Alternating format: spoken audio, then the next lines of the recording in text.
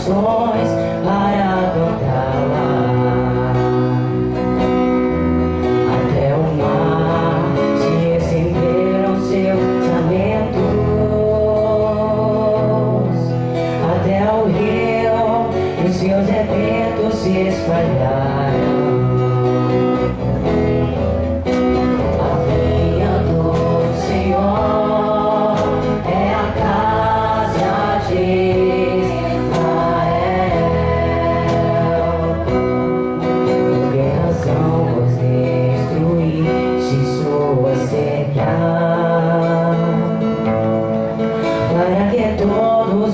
Passantes a redimir o javali na mata virgem a devaste, e os animais do descampado nela pastem. A vinha do Senhor é a casa de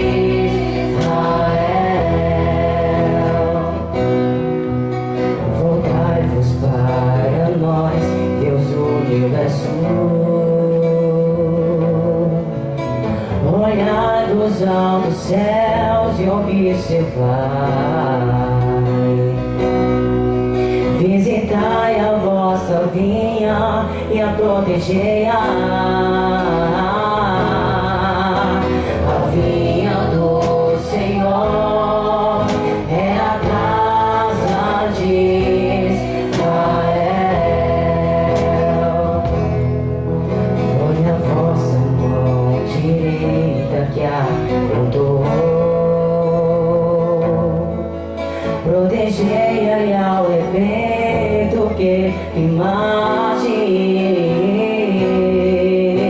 A vinha do Senhor é a casa de Israel, e nunca mais os deixaremos, Senhor Deus. Dai-nos a vida e louvaremos vosso nome. Convertei-nos ao Senhor Deus do universo, e sobre nós iluminai a vossa face.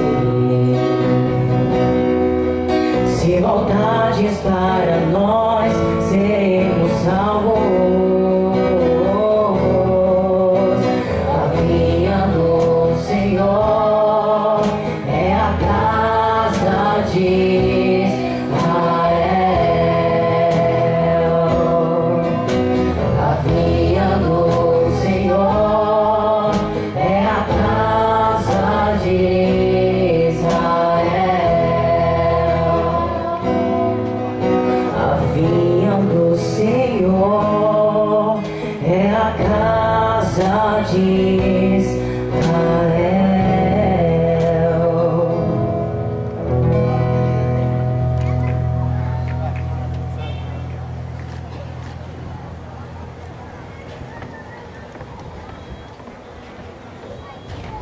Leitura da carta de São Paulo aos Filipenses. Irmãos, se existe consolação na vida em Cristo, se existe alento no mútuo amor, se existe comunhão no Espírito, se existe ternura e compaixão, tornai então completa a minha alegria. Aspirai à mesma coisa, unidos no mesmo amor, vivei em harmonia, procurando a unidade.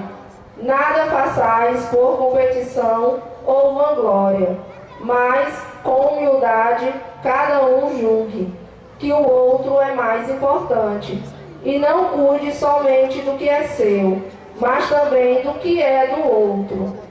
Tende entre vós o mesmo sentimento que existe em Cristo Jesus. Palavra do Senhor.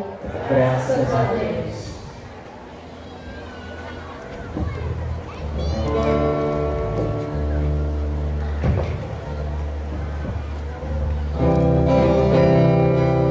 Aleluia.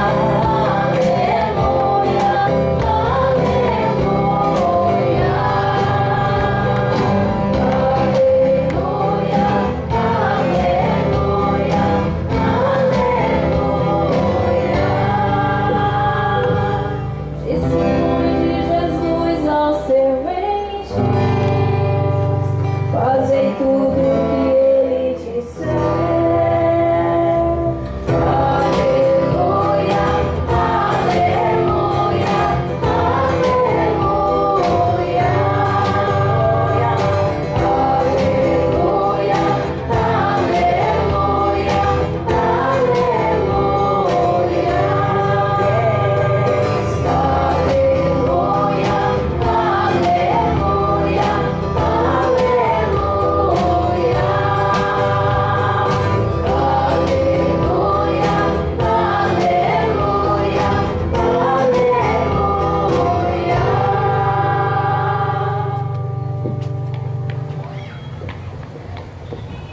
O Senhor esteja convosco. Proclamação do Evangelho de nosso Senhor Jesus Cristo segundo Mateus. Glória a vós, Senhor.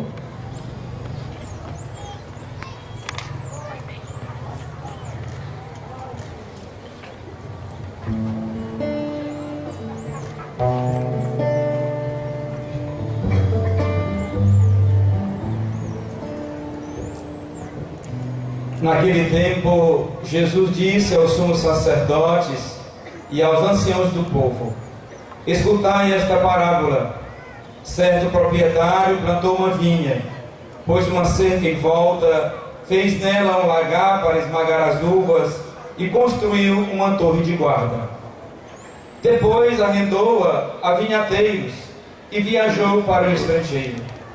Quando chegou o tempo da colheita, o proprietário mandou seus empregados aos vinhateiros para receber seus frutos. Os vinhateiros, porém, agarraram os empregados, espancaram a um, mataram a outro e ao terceiro apedrejaram. O proprietário mandou de novo outros empregados, em maior número do que os primeiros, mas eles os mataram da mesma forma. Finalmente, o proprietário enviou-lhes o seu filho, pensando: ao meu filho eles vão respeitar. Os vinhateiros, porém, ao ver o filho, disseram entre si: este é o herdeiro. Vinde, vamos matá-lo e tomar posse da sua herança. Então agarraram o filho, jogaram-no para fora da vinha e o mataram. Pois bem, quando o dono da vinha voltar, o que fará com esses vinhateiros? Os sumos sacerdotes e os anciãos do povo responderam: com certeza mandará matar de modo violento esses perversos e arrendará a vinha a outros vinhateiros, que lhe entregarão os frutos no tempo certo. Então Jesus lhe disse: vós nunca leste nas Escrituras, a pedra que os pedreiros rejeitaram tornou-se a pedra angular? Isso foi feito pelo Senhor e é maravilhoso aos nossos olhos. Por isso eu vos digo: o reino de Deus vos será tirado e será entregue a um povo que produzirá frutos. Palavra da salvação. Glória a vós, Senhor.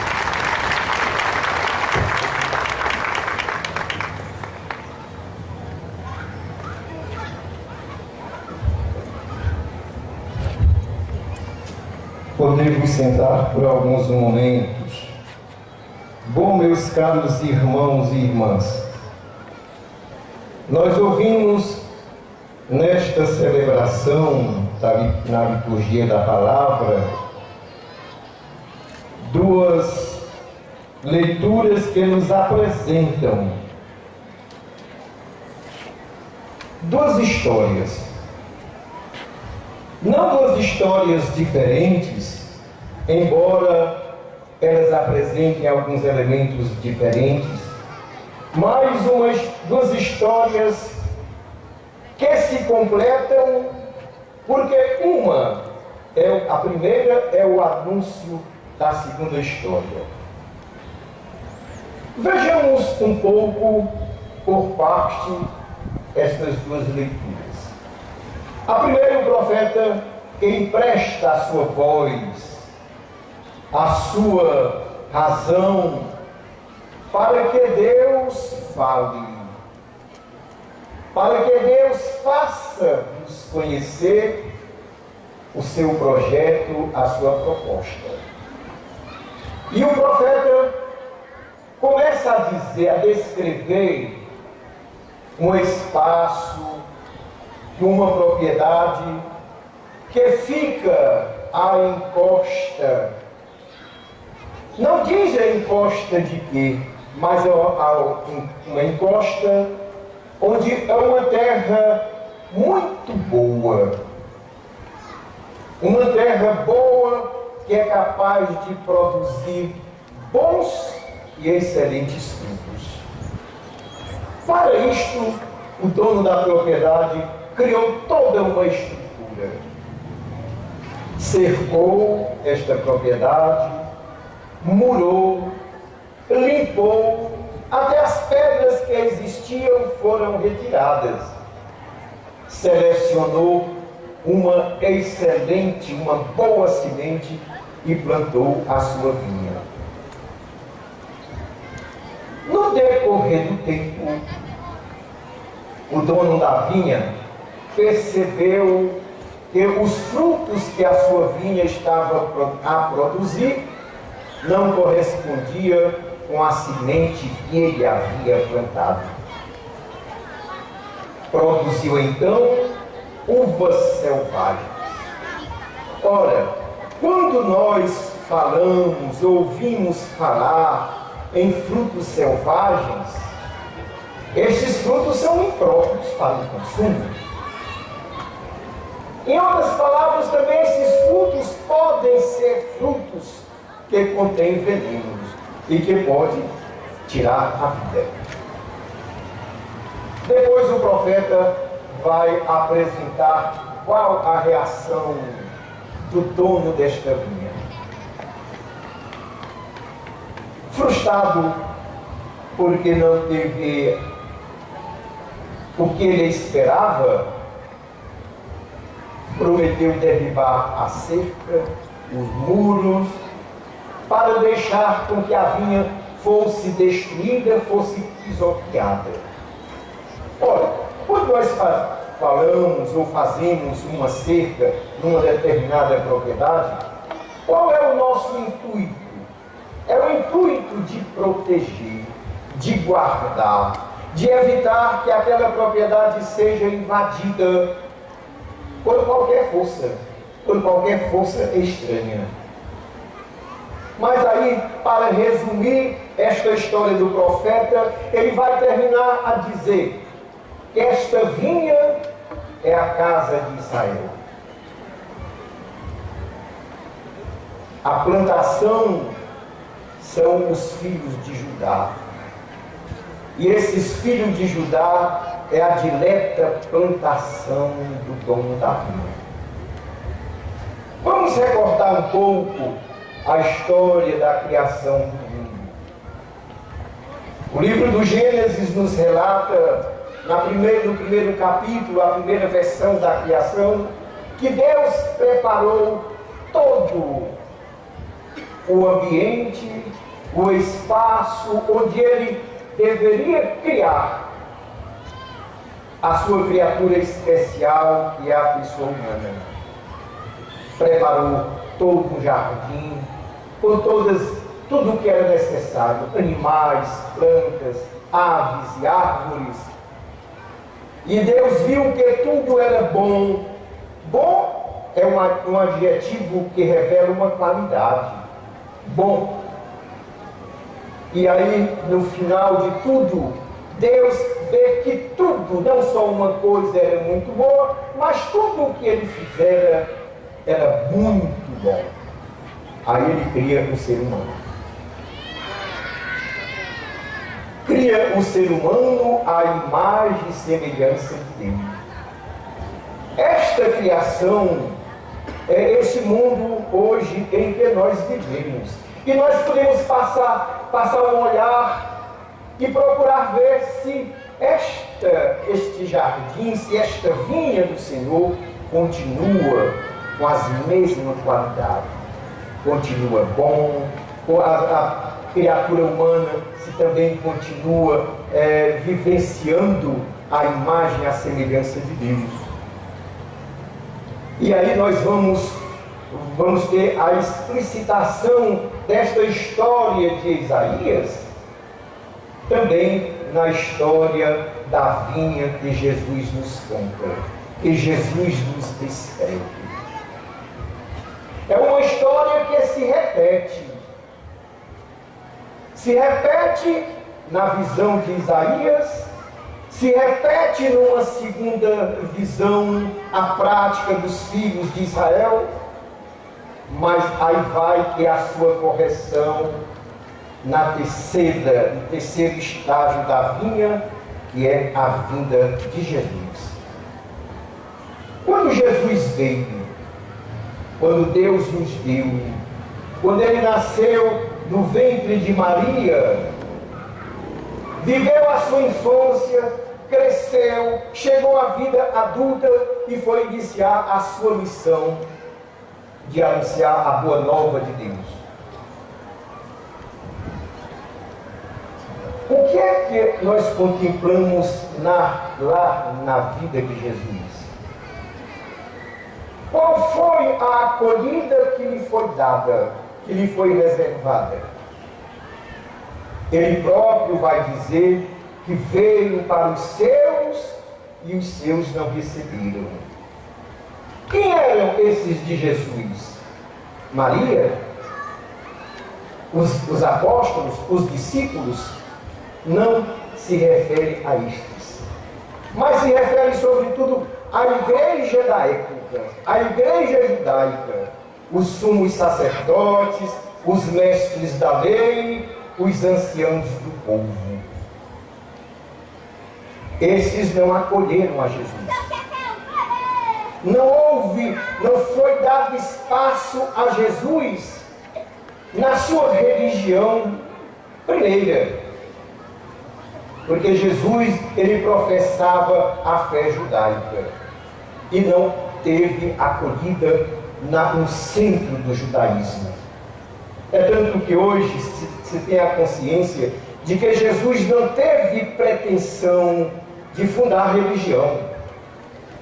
Jesus não teve pretensão de instituir, fundar o cristianismo. Ele veio para a igreja judaica, mas esta igreja não acolheu. É como se dissesse: não há espaço para ti. E por que eles vão dizer isso para Jesus? Porque Jesus mostrou uma prática diferente de se viver, uma prática diferente de viver a plenitude da autoridade. A autoridade não é aquela que está para ser servida, mas para servir e dar vida. E Jesus, ele não só anuncia algo, mas ele vive. Ele vive na vida aquilo que ele prega, aquilo que ele anuncia, aquilo que ele ensina. O Filho do Homem veio a este mundo não para ser servido, mas para servir e servir na sua plenitude, na sua totalidade, dando a própria vida. Jesus assim o fez. Por isso que Jesus vai contar, ainda não aconteceu com ele, mas ele vai contar essa história da vinha do Senhor. Ele também preparou, ele usa a mesma dinâmica de Isaías, preparou uma vinha, cercou-a, limpou-a, construiu um lagar, torre de guarda para que a vinha não fosse invadida, uma torre de vigilância. Quando chegou a época de receber os frutos do arrendamento, da vinha que ele havia arrendado, mandou 3 servos seus. 3 servos. O que foi que as pessoas que tinham arrendado a vinha fizeram com os 3 empregados do dono da vinha? Espancaram um, mataram o segundo e apedrejaram o terceiro. O dono da vinha mandou outro número. Agora, o número é bem maior. Outros empregados em números maior tiveram o mesmo fim. Por fim, o dono da vinha pensou: vou agora mandar o meu filho. E quando eles verem o meu filho, vão respeitar, porque eu o filho do dono da vinha. O que foi que fizeram com o filho do dono da vinha? Pegaram o filho do dono da vinha, amarraram, levaram para fora da vinha. Ora, a vinha, aqui o Evangelho usa Jerusalém, a cidade símbolo do poder político, do poder econômico, mas também do poder religioso. E as cidades naquela época, elas eram cercadas de muros altos, com algumas portas de acesso, de entrada e saída da cidade. Jesus é preso, o filho do dono da vinha é preso dentro de Jerusalém, é levado para fora. E lá, no Monte da Caveira, o filho do dono da vinha é morto, é assassinado. Mas Jesus, quando conta esta história, referindo-se a ele pergunta para as autoridades: o que é que vocês me dirão? Quando o dono da vinha voltar, o que é que vai fazer com esses arrendatários? E o que é que as autoridades dizem para Jesus? Imaginando talvez que tivesse dando uma resposta agradabilíssima a Jesus. Com certeza vai mandar matar estes perversos, fazer esses perversos morrer, passar por uma morte cruel, e arrendará a propriedade a outros vinhateiros que lhe devolvam os frutos de um determinado tempo. Jesus aproveita para dar um puxa-arranque de orelha às autoridades de sua época, os mestres da lei, sumos sacerdotes e os anciãos do povo. Vocês parecem que nunca leram as Escrituras. Não sabem que a pedra que os pedreiros rejeitaram tornou-se a pedra angular? Quem foi a pedra rejeitada? Quem foi que foi pego e jogado fora daquilo que era seu e executado, morto? Mas as pessoas, as autoridades, eram tão retardadas que imaginavam que Jesus fosse um mero homem, uma mera pessoa, uma pessoa comum. Jesus, a humanidade dele é tirado da nossa humanidade, porque Maria é a nossa humanidade. Então Jesus, a humanidade de Jesus, é tirada do ventre de Maria. É Maria quem lhe dá a nós, perpassa a nossa humanidade para o Filho de Deus. Mas eles não tinham a lucidez, ou não queriam ter, que Jesus não era só homem, Jesus era também Deus. Matando, estamos vivos. Vamos matá-lo e tomar posse de sua herança. Só que a morte não foi capaz de deter Jesus nos seus brilhões. Jesus ressuscitou dos mortos. E agora? Mas quando ele conta a história, ele lembra uma coisa que é fundamental para que nós compreendamos o projeto de Deus hoje, aqui, agora. O que foi que Jesus concluiu dizendo? Eu vos asseguro, em verdade vos digo, que o reino de Deus será tirado de vós e será dado a um outro povo que possa produzir frutos. E frutos agradáveis ao paladar de Deus. Fazendo uma aplicabilidade na nossa vida desta palavra que nos é comunicada nesta noite, é fundamental que nós nos perguntemos, que nós façamos um exercício de introspecção, quer dizer, ir lá no fundo do mais profundo da nossa consciência, da nossa razão. Como é que está a minha vida? Que tipo de fruto sou eu? Ou que uva estou eu a produzir? São uvas saudáveis? Ou são uvas selvagens? Se formos uvas selvagens, o que é que o dono da vinha fez na história de Isaías? Abriu, tirou a cerca, os muros, e deixou com que todos os animais invadissem a vinha, pisoteassem e fosse destruída.